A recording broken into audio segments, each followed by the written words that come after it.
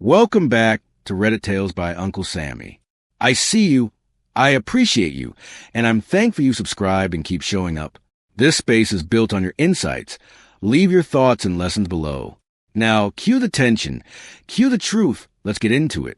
Before this story starts, I want to say one thing about family dinners. People think public spaces make bad behavior less likely, but sometimes they do the opposite. Some people count on the noise, the plates, the side conversations, and your reluctance to embarrass everybody. If you keep noticing the same small discomfort around the same two people, do not keep explaining away just because there are relatives in the room. Familiar rooms do not make strangers out of betrayal. Sometimes the safest decision is the one that feels rude in the moment. Paying attention the first time your body tells you something is off. My name is Malik Turner, and the night everything split open, it was raining the kind of cold April rain St. Louis gets when winter has technically left, but still keeps one hand on the door. My mother had been texting all week about Sunday dinner, sending too many exclamation marks, reminding everybody to come hungry, reminding my sister Tasha to bring the rolls from that bakery in Florissant, reminding me not to forget the lemon chess pie I said I would pick up. 2 months before my wedding, my family was trying to act normal on purpose. I did not understand then that forced normal is often a warning sound. I was 34, old enough to know when a room felt strained, but proud enough to think I could manage one anyway. I worked for the city as a building inspector, which meant I spent my weekdays walking through half-finished rehabs and condemned brick flats, looking for stress cracks other people missed. It still embarrasses me that I could spot water damage behind fresh paint in 10 seconds and somehow miss what was happening inside my own life for months. Camille, my fiancée, used to tease me about that. You inspect everybody else's ceilings, she would say, but never your own roof. At the time, I laughed. If you already feel something is off in this story, pay attention to that instinct because it usually sees the truth before the mind is ready to accept it. Like, share and subscribe for more relationship and betrayal stories where one small moment changes everything. Camille and I had been together almost 3 years. She was 31, precise in ways that first felt calming to me. She folded sweaters like they were store displays. She labeled spice jars. She lined up shoes at the door, so neatly they looked like they had been assigned positions. She worked at a dental office in Clayton and made soy candles on weekends, pouring them in amber jars and naming them things like First Rain and Cedar Sunday. People loved her because she remembered birthdays and sent thank you cards. I loved her because she made steadiness look beautiful. Or maybe I loved the picture of steadiness. My sister Tasha was 2 years older than me and softer on the outside than she really was. She taught 5th grade in Jennings, wore press-on nails every summer, but chopped them short once school started, and hummed church songs when she was irritated. Her husband, Darnell, had charmed away some men have broad shoulders. He used it without effort. He ran a private basketball training business and had a way of making every conversation bend toward him. He remembered names, laughed fast, and leaned in when women spoke to him, which people called confidence when they liked him and something else when they did not. Looking back, the first crack did not happen at that dinner. It happened 6 weeks earlier at my mother's church fish fry in Pine Lawn. I came back from a drink table carrying 2 sweating cups of fruit punch and saw Camille and Darnell standing too close near the dessert line, speaking in those low, private voices people use when they want to feel separate from a crowd. Nothing dramatic, no touching, just a pause when they noticed me, then an energy shift like a door shutting. I asked what was so funny. Camille said, "Nothing, just a joke about your serious face." I chose to believe her because belief was easier. That was my first decision point, and I made the comfortable choice. I could have asked Darnell directly why every joke with him felt like a secret. I could have told Tasha what I noticed. Instead, I told myself I was being possessive, and I hated that possibility enough to overcorrect. I grew up around men who confused suspicion with strength, and I had promised myself I would not become one of them, so I swallowed it. I even apologized to Camille later for seeming tense, which now feels like watching myself hand my own instincts over politely and ask somebody else to hold them. The second crack came in quieter. Camille started guarding her phone in a way that looked reasonable until I added up the repetitions. She used to leave it on the kitchen counter while she showered. Then it started going face down. Then it started traveling with her to the laundry room, to the mailbox, to the bathroom in the middle of the night. When I mentioned it once, lightly, she smiled too quickly and said everybody deserved privacy. That word landed hard because privacy and secrecy are cousins people mix up all the time. I let that go too. Another decision. Another quiet surrender. By the time Sunday dinner came, the wedding was close enough to feel expensive. The venue was booked in Forest Park. The florist wanted final counts by the end of the month. We had an engagement photo canvas my mother kept leaning against her hallway wall because she said she had not decided where to hang it. I had spent Saturday morning at a barbershop off Natural Bridge getting cleaned up, listening to old men argue about the Cardinals and city taxes while the owner burned toast in the back room. Everything in my life looked ordinary enough to survive one more family meal. I mistook routine for safety. My parents lived in a red brick ranch house on a quiet street where everybody still watched through lace curtains and knew when a new trash bin appeared. Their front porch light was already on when Camille and I pulled up. Gospel music drifted faintly through the screen door. Inside, it smelled like pot roast, onions, sweet yams, and furniture polish. My mother believed every gathering required enough food to suggest either celebration or emergency. My father was in his usual place near the den. Adjusting the thermostat like house temperature was a moral issue. Cousins, an aunt, and one of my mother's church friends filled the living room with soft chaos. Tasha was in the kitchen basting something, her reading glasses pushed on top of her head, her apron dusted with flour. Darnell stood near the sink, opening a bottle of sparkling cider with too much flair, making my aunt laugh. He wore a navy sweater and that expensive cologne he liked, something woody that always entered a room before he did. Camille slid into the house beside me and kissed my mother's cheek. For 1 second, with coats piled on the hall bench and everybody talking over each other, it almost convinced me. Families are experts at producing that 1 second. We all moved toward the table in stages. My mother's dining room was never big enough for the number of chairs she forced around it. So every holiday and every birthday became a lesson in elbows. The good dishes came out, the cream-colored ones with the gold trim. Nobody was supposed to microwave. The overhead light had a low hum to it, and rain tapped at the windows behind the curtains. I ended up on one side of the table with Camille to my right. Across from us sat Tasha and Darnell. My father carved meat with the seriousness of a surgeon. My mother kept saying, "Pass that bowl, baby." The first 15 minutes were harmless enough on the surface. My aunt asked about wedding invitations. My father complained about a stop sign near his job. Tasha told a story about one of her students spelling responsibility with only 4 letters and full confidence. Everybody laughed. Darnell laughed loudest.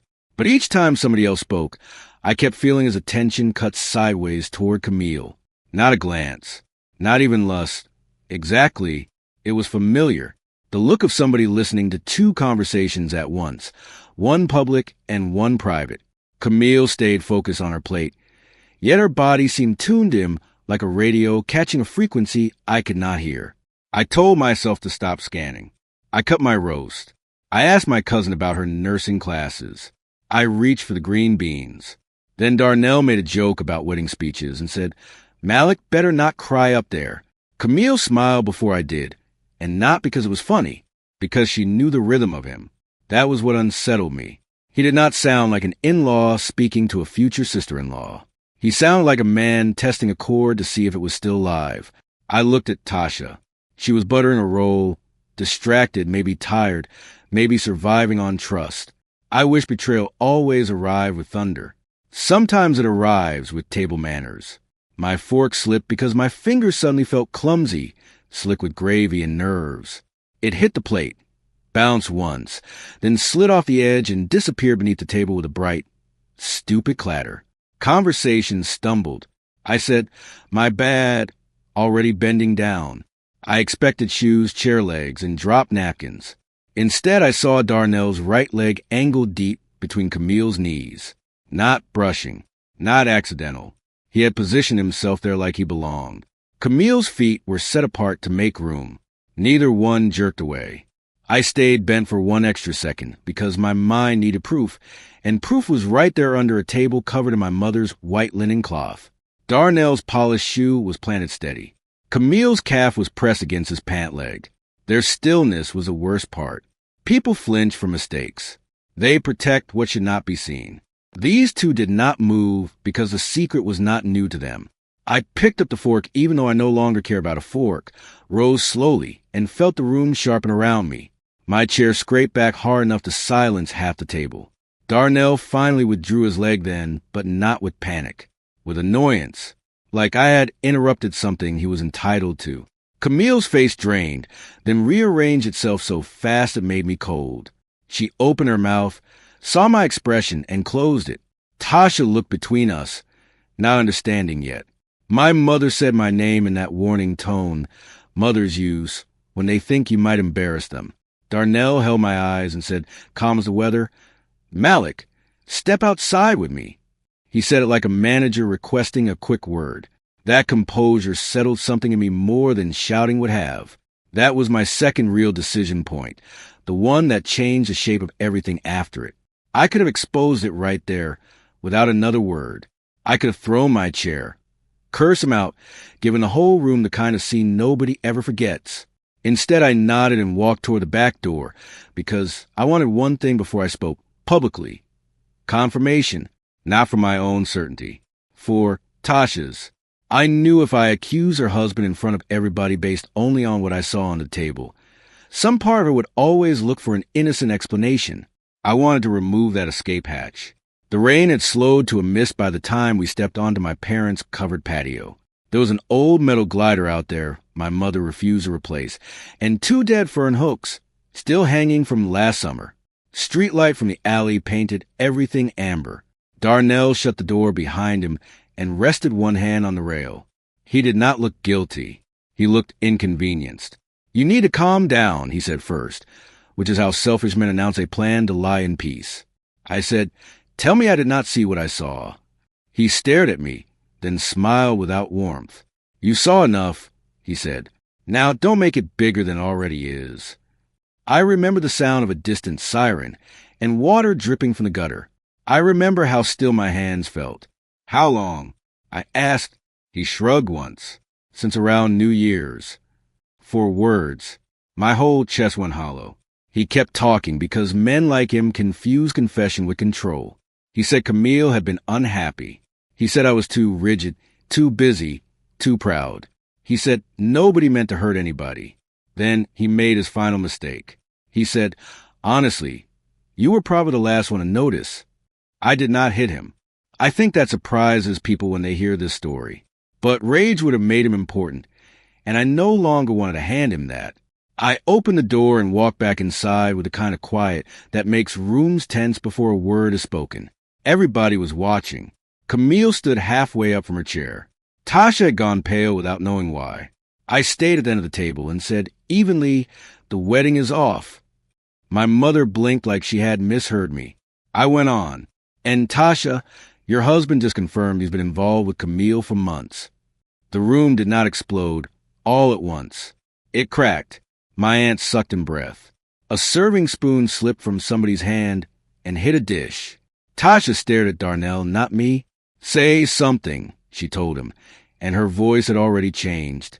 Camille came around her chair, so fast it almost tipped.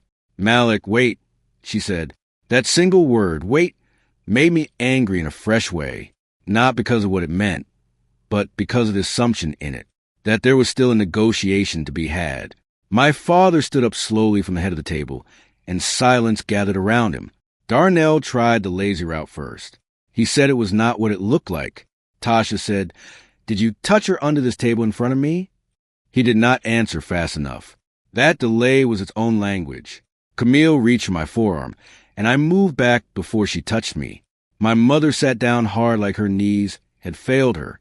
My father pointed to the front door and said to Darnell, "Leave my house." No yelling, just steel.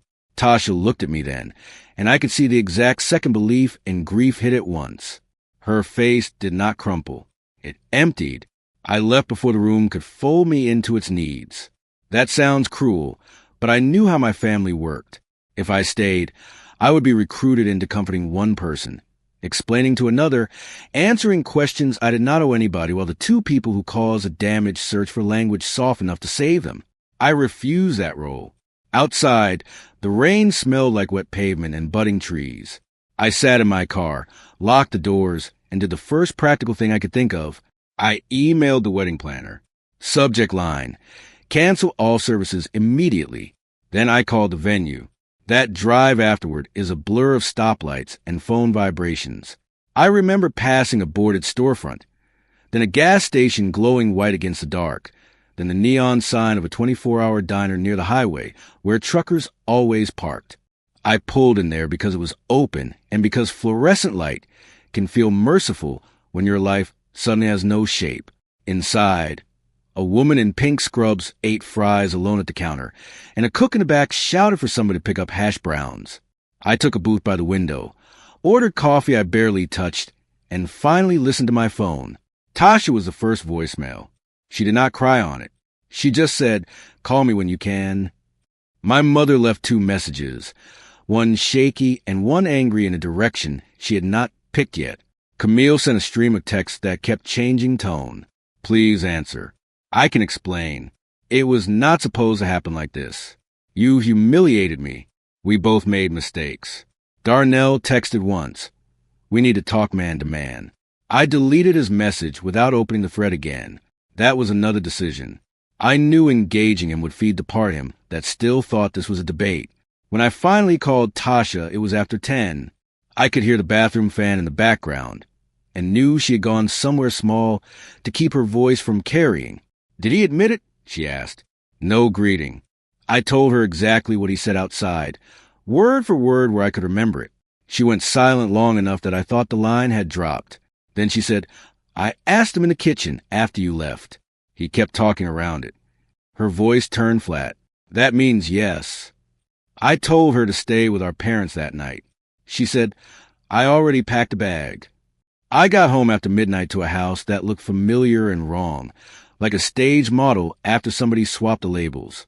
Camille was not there. The frame sample invitation still sat on the entry table. Her candle supplies were lined along the kitchen shelves, wax flakes in clear bins, fragrance oils grouped by season. I stood there longer than I should have, staring at a jar labeled Black Fig, thinking about how somebody can leave traces of care all over a place they betrayed. Then I opened my laptop and kept dismantling the wedding. Caterer, photographer, rental company, hotel block. I did not rage. I administrated. Morning brought the second wave, which was less dramatic and somehow worse. I had slept maybe 3 hours on top of the comforter in my clothes. My father called before 8. "Your sister's staying here," he said. "Darnell came by. He is not coming to this house again." In the background, I heard my mother opening and closing cabinets harder than usual, the way she did when words were too small. Then Camille called. I let it ring twice, answered on the third, and said nothing. She started crying immediately. "I need to come get my things," she said. "No, I'm sorry. Now I ruined us. Logistics. You can come this evening." I told her, "When I'm home, not before." She shifted into the careful voice she used at work, the one designed to sound reasonable while controlling the frame. She said she had felt lonely. She said Darnell understood her. She said one thing led to another. I asked for 4 months. Silence. Then she said, "It was not every day." I almost laughed because cheaters love measurements when morality fails them. I told her to bring every key. I told her this was not a conversation about repairing us. Then I hung up because I could hear myself moving toward contempt, and I wanted clarity instead. She came just before sunset, wearing a long beige coat and gold hoops, looking beautiful in a way that made me briefly hate my own memory. She carried 2 duffel bags and stood on the porch like a visitor. I did not invite her in at first. She asked, "Can we please be adults?" I said, "Adults would have broken up before this." That landed. Inside, she moved the room, selecting herself piece by piece. Toiletry bag, sweaters, makeup case, candle molds. At one point, she stopped in the hallway by our engagement photos and covered her mouth. I kept standing there because if I sat, I feared I might soften, She tried one last angle while zipping the second bag. "You were already drifting from me," she said quietly. "I kept trying to reach you." That sentence hurt because it was not fully false. I had been working late. I was tired. I had assumed commitment could coast on intention for a few months while life was busy, but being imperfect is not the same as inviting betrayal. I told her, "You had 1,000 honest exits before you chose this one." She cried harder then, not delicately. The kind of cry meant to flood the room until accountability cannot breathe. I opened the front door and waited. What happened with Darnell took longer because his arrogance delayed the part where consequences become visible. He called me from 3 different numbers over 2 days. When I finally answered one, he said I had blown up 2 households over grown folks' business. He said I should have let him handle Tasha privately. I asked if privately meant keeping his leg between my fiancée's knees during Sunday dinner while my mother passed yams. He cursed and switched tactics. He reminded me I had once connected him to a contractor who sent clients his way. "You know people," he said, "do not mess with my money." That threat told me exactly who he was grieving. I did not call around trying to destroy him, and that matters to me. The consequences were already moving. Darnell's training business depended on trust from parents, schools, and church leagues. The truth spread through family first, then sideways through the ordinary social channels Black communities know too well. Barber chairs, school pickup lines, ushers whispering after service, women standing beside minivans after choir rehearsal. Nobody needed embellishment. He had risked everything for secrecy and then chosen entitlement when caught. Parents started pulling boys from his Saturday sessions. A church deacon whose grandson trained with him asked Tasha one careful question. By the end of the week, cancellations were piling up. Tasha, meanwhile, surprised me. I expected collapse because she had built 10 years around that man. Instead, she became exact. She took 2 personal days from school, met with a lawyer in a small office near downtown, and made lists on yellow legal pads in my parents' breakfast nook. Joint accounts, car title, mortgage, insurance. I sat with her one afternoon while rain clicked against the windows, and she said, "I keep wanting one clean reason, but maybe there is no clean reason. Maybe you just like getting away with things." That sentence changed how I understood her marriage. It also changed how she understood herself. About 10 days after the dinner, Darnell showed up at my house unannounced. It was early evening, warm enough for kids to be riding bikes in the street, and I had just gotten home with a paper sack from the corner carryout. Through the blinds, I saw his silver SUV at the curb and felt my shoulders harden. Part of me wanted to pretend I was not home. Another part was tired of ceding ground. I opened the door, but stayed inside the frame. He looked rumpled now, less polished, beard uneven, eyes ringed dark. "You turned everybody against me," he said before I spoke a word. "No," I said. "You introduced everybody to yourself." He laughed once, ugly and short. He asked whether ruining my own engagement had been worth it. He asked whether I felt big now. I told him this had never been about feeling big. It was about refusing to carry his lie another day.